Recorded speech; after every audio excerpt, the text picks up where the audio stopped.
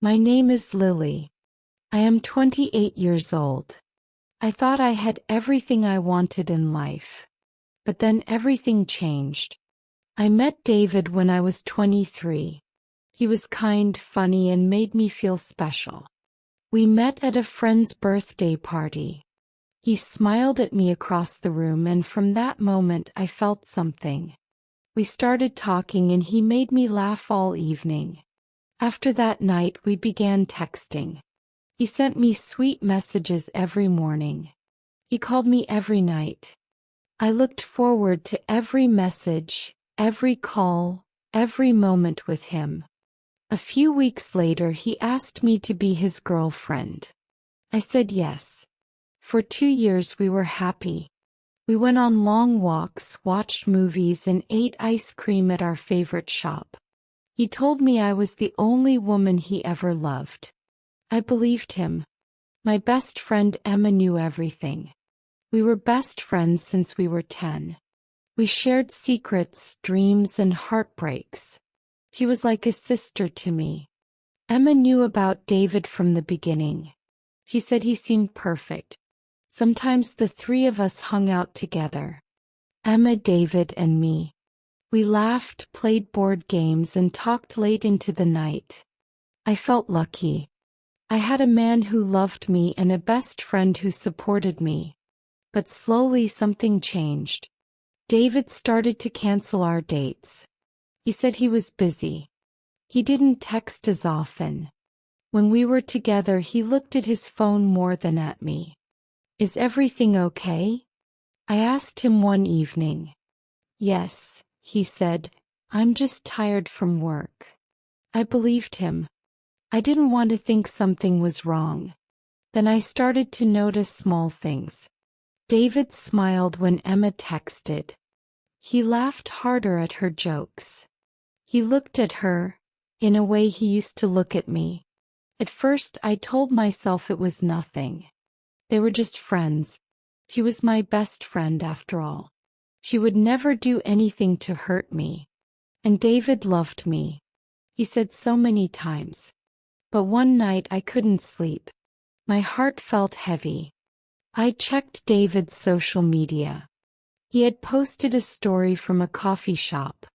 In the background I saw a girl's hand. The bracelet, it was Emma's. The next day I asked him, "Did you go out with Emma yesterday?" He looked surprised. "Yeah," he said, "I wanted to talk to someone about work stress." "You were busy." I felt cold inside. "Why didn't you tell me?" I asked. "I didn't think it was a big deal," he said. I tried to forget it. But something inside me changed that day.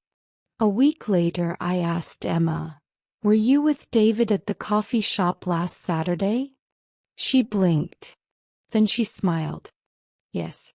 He needed someone to talk to." "You've been busy." "Busy?" I was working extra hours to save for our future. For him. For us. I wanted to trust them both. But I started to feel like an outsider in my own life. One night I called David. He didn't answer. I called again. Still no answer. I felt a sharp pain in my chest. I opened my phone and went to Emma's page. She had posted a picture. It was a dinner table. 2 plates. 2 wine glasses. One man's watch on the table. It was David's watch. I knew it. My hands shook. I stared at the screen. I didn't want to believe it. I waited until the next day. Then I went to David's apartment. He opened the door, surprised. "Why didn't you answer my calls last night?" I asked. "I was sleeping," he said too quickly. "Sleeping? At Emma's?" I asked, my voice breaking. He froze. "What are you talking about?" "I saw the photo," I said. "I saw your watch." David didn't say anything. My chest hurt. My eyes filled with tears. "Tell me the truth." He looked down. It just happened. I didn't plan it. I felt like the floor disappeared under my feet. I sat down, my legs too weak to stand. How long? I whispered. A few weeks, he said. I covered my face with my hands. And Emma? She knew everything. She was my best friend. David looked ashamed. I didn't mean to hurt you. But you did, I said. Both of you did. I left David's apartment in silence. My eyes burned, but I didn't cry. Not yet. I walked without knowing where I was going. My heart was heavy and my hands felt cold. How could this happen? How could my best friend, the one I trusted more than anyone, do this to me? I thought about all our memories. Sleepovers, secrets, birthday wishes. I helped her when her boyfriend left her. I stayed by her side when her mother was in the hospital. I gave her everything. And now, she had taken the man I loved. I sat on a bench near the park. The air was cold and the sky was turning gray. I looked at my phone. There were no messages. Not from David. Not from Emma. Of course not. Why would they text me now? Thought about calling my sister. But I didn't want to hear the words, "I told you so." He never liked David. She always said he smiled too much at Emma. I didn't listen. I didn't want to believe anything bad. I was in love. Blindly. A part of me still hoped it was a mistake. That maybe I heard it wrong. That maybe it wasn't what I thought. But deep inside I knew the truth. I saw it in David's eyes. I saw it in Emma's smile that day. They chose each other. And they left me behind. I didn't go home that night. I walked for hours. My feet were tired, but my heart hurt more. When I finally returned to my apartment, it was almost midnight. The lights were off. The silence felt heavy. I dropped my bag and sat on the floor. I cried. Tears fell fast. My chest felt tight. I cried for the love I lost. For the friend I lost. For the trust that was broken. I cried until I couldn't anymore. The next morning my eyes were red and swollen. I didn't want to get up. I didn't want to go to work. I didn't want to see anyone. But life didn't stop. I made a cup of tea and sat by the window. The city outside looked normal. People walked, laughed, talked. As if nothing happened. But my world had changed. I got a message. It was Emma. "Can we talk?" I stared at the screen. My hands shook. I didn't reply. A few minutes later, another message came. "I'm sorry. I didn't mean to hurt you." I threw my phone across the room. It hit the wall and fell to the floor. Didn't mean to hurt me? She stole my boyfriend. She betrayed our friendship. What did she think would happen? Later that day I got a call from David. I didn't answer. Then he called again. And again. I turned off my phone. For 2 days I stayed inside. I didn't eat much. I didn't want to talk. I just existed. On the 3rd day my sister came to visit. She brought food and sat beside me. "I know," she said softly. I looked at her. "You knew something was wrong." She nodded. I saw the way he looked at Emma. "I tried to tell you, but you were in love." "I was stupid," I whispered. "No. You were loyal." "That's not stupid," she said. "They are the ones who lied." I started crying again. My sister held my hand. "You'll get through this," she said. "You don't see it now, but one day you'll be stronger." That night I wrote a letter to Emma. I didn't plan to send it. I just needed to say what I felt. You were my best friend. My sister. I told you everything. And you used it all against me. You knew how much I loved David. You knew what he meant to me. And still you chose him. You didn't just take my boyfriend. You broke my heart. You broke my trust. I hope one day you understand what you've done. I folded the letter and kept it in a drawer. 2 days later, Emma showed up at my door. I opened the door and saw her standing there looking nervous. Her hair was tied back and her eyes were red. "Lily, please," she said. "Let me explain. I didn't speak. I didn't plan this. I didn't mean for it to happen," she said, her voice shaking. I stayed silent. He was always so nice to me. And one day I started to feel something. I tried to stop it. I really did. "You could have stopped," I said, finally finding my voice. "You should have stopped." "I know," she said, tears running down her face. "I was weak. I was wrong." "You weren't weak," I said. "You were selfish." She looked down. "Do you love him?" I asked. She hesitated. I think so." I shook my head. "Then you deserve each other. Lily, please. I miss you." I laughed bitterly. "You miss me? You destroyed me." She didn't say anything. The silence between us was loud. I took a deep breath. "I hope you're happy with him. But I can't ever be your friend again." Emma started crying harder. I closed the door. And this time I didn't cry. After I closed the door on Emma, I stood still for a long moment. I didn't feel powerful or proud. I felt empty. The kind of empty that comes when everything you trusted disappears at once. I didn't cry.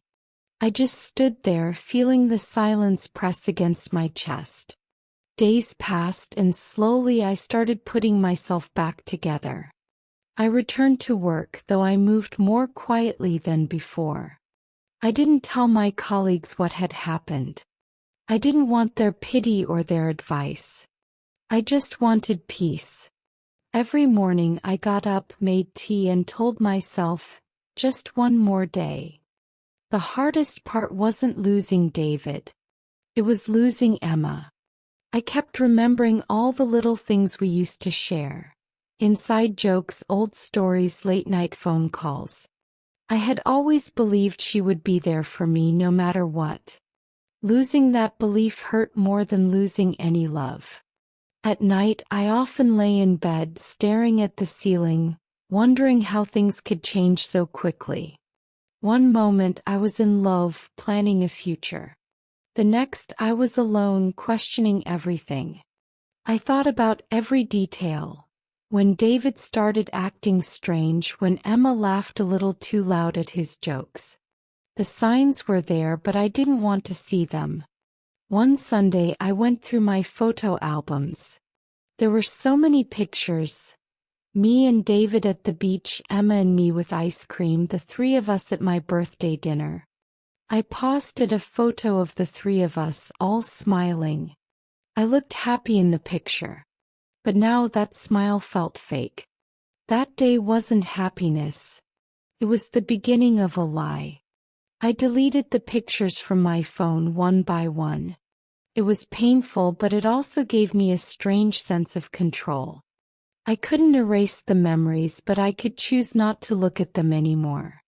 My sister kept checking on me. She brought food, small gifts, and always stayed for a cup of tea. She didn't talk much. She just sat beside me. That quiet support meant more than any long speech. One day I decided to change the layout of my apartment. I moved the couch, changed the bed sheets, and took down the photos on the wall. It was a small step, but it made me feel like I was starting over. Weeks turned into a month. Emma and David stopped calling. Maybe they got tired of feeling guilty, or maybe they thought I would move on. I didn't know. I didn't care. Their silence was better than fake apologies. Then something strange happened. I started to feel lighter. The pain didn't go away completely, but it stopped burning so much. I began noticing small things. The warmth of sunlight through my window, the sound of birds in the morning, the calm in my heart when I walked alone. I realized I didn't miss David. I missed the idea of him, the comfort, the routine, the plan we once had. But him, well, he wasn't the man I thought he was. Emma was a different story. I still thought of her often. But every memory now came with a bitter taste. I had to remind myself, someone who truly loved me would not have done what she did. Friends don't steal each other's joy. I started doing things just for me. I joined a painting class. I went for long walks without my phone. I even started reading again. Books about healing, about growing, about moving forward. I underlined sentences that spoke to me and wrote down words that made me feel strong. One afternoon, while sitting in a quiet cafe with my book, I saw an old friend from school. We smiled, talked for a while, and promised to meet again. That simple meeting reminded me, there are still kind people in the world. Not everyone betrays. Not everyone lies. Something in me had shifted. I had been broken, yes. But I was also rebuilding. And this time I was building stronger walls and softer boundaries. I wasn't fully healed, but I was healing.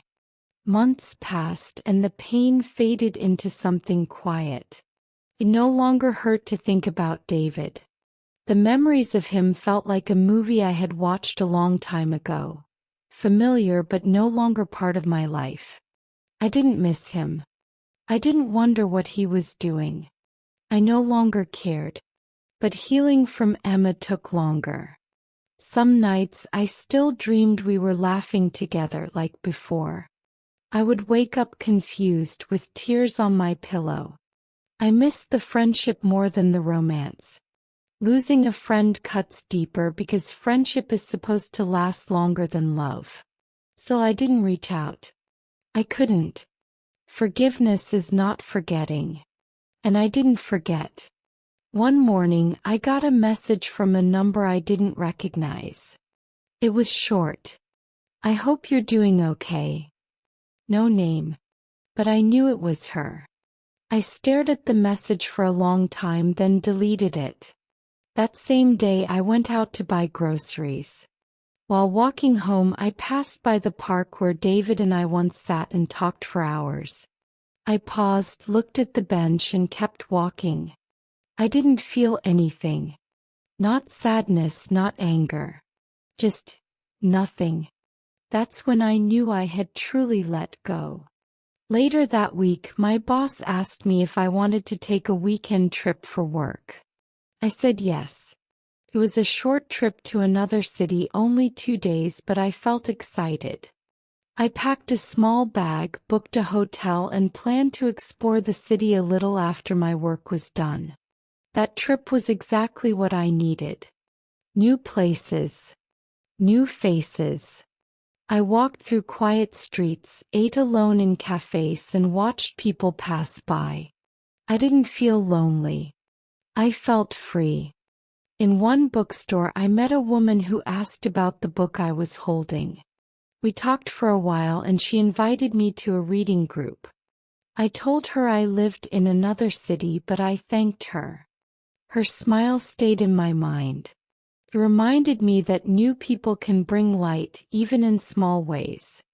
Back home I started seeing the world differently. I no longer felt like a victim. I was no longer the woman who was betrayed. I was just Lily, learning to live, learning to grow. I stopped asking why me, and started asking what now. That change in thinking made all the difference. I spent more time with my sister. We laughed again. We cooked together. We went on short weekend trips to the mountains and the sea. Life started to feel full again. One evening, as we sat by the window watching the rain, she said something that stayed with me. "You didn't lose them, Lily. They lost you." I smiled. Not because I agreed completely, but because it felt good to hear. Another few weeks passed. Then one day, while walking through a local market, I saw Emma. She was standing at a flower stall holding a bouquet of yellow roses. My favorite. For a moment we both froze. She looked older, thinner, tired. Her smile was gone. She took a step toward me, but I shook my head gently and walked away. I didn't need to hear any more apologies. I didn't need to reopen a wound I had worked so hard to heal. She didn't follow me. She just stood there holding the flowers, watching me walk away. That evening I didn't cry. I didn't even feel angry. I felt proud. Because for the first time I chose myself. And that was the real ending. Not when David lied. Not when Emma betrayed me. But when I walked away from both of them, with my head high and my heart still open to better days. That night, after seeing Emma at the market, I went home and made myself a warm dinner. I sat by the window and watched the city lights. I thought about everything. The love, the betrayal, the pain, the healing. My heart didn't race anymore when I remembered. It beat steady, calm. The old version of me.